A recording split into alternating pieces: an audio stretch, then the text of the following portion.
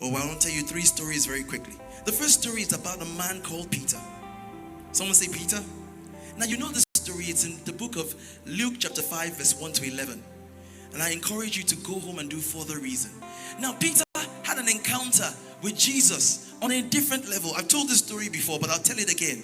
Now he had fished all night and as an expert fisherman and caught nothing. Now he was at a point where he was washing his net, just waiting in his boat. Jesus comes along and starts to preach a message at the seashore. The crowd is pressing to hear Jesus. Jesus knows, I have to pull away from the crowd. So he asks, he gets into a boat, and it's Peter's boat. And he says, please pull out a little bit so I can talk to the crowd. And as he begins to do that, the crowd listen.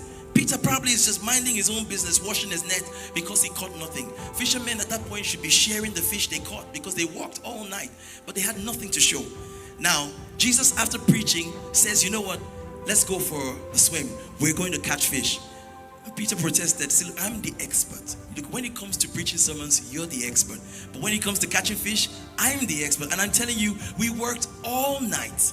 And I am a son of a fisherman, grandson of a fisherman, great-grandson of a fisherman, because fishing is in our blood.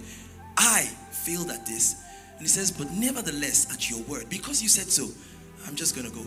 And they did. And what happened? They enclosed such a great harvest of fish. Now, when Peter saw what happened, what did Peter say himself? He said, get you away from me. Peter was not an Igbo man.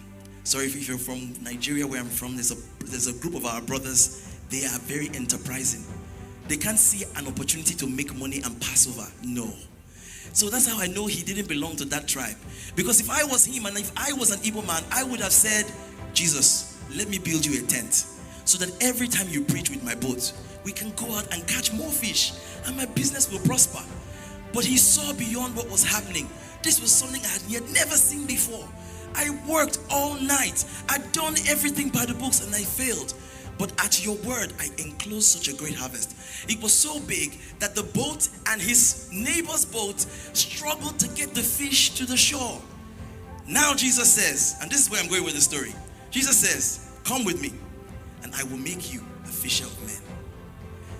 Do you think it was the skill of the fisherman that Peter possessed that Jesus was referring to when he said, come with me? Just think about it. You with the skill and the experience and everything failed at it. Now I'm telling you, it's time to learn a new skill. Tell your neighbor, it's time to learn a new skill. It's time to do something different with your life. I'm about to redirect you. I'm taking you from a place where you once were to a place where I will determine for you to go.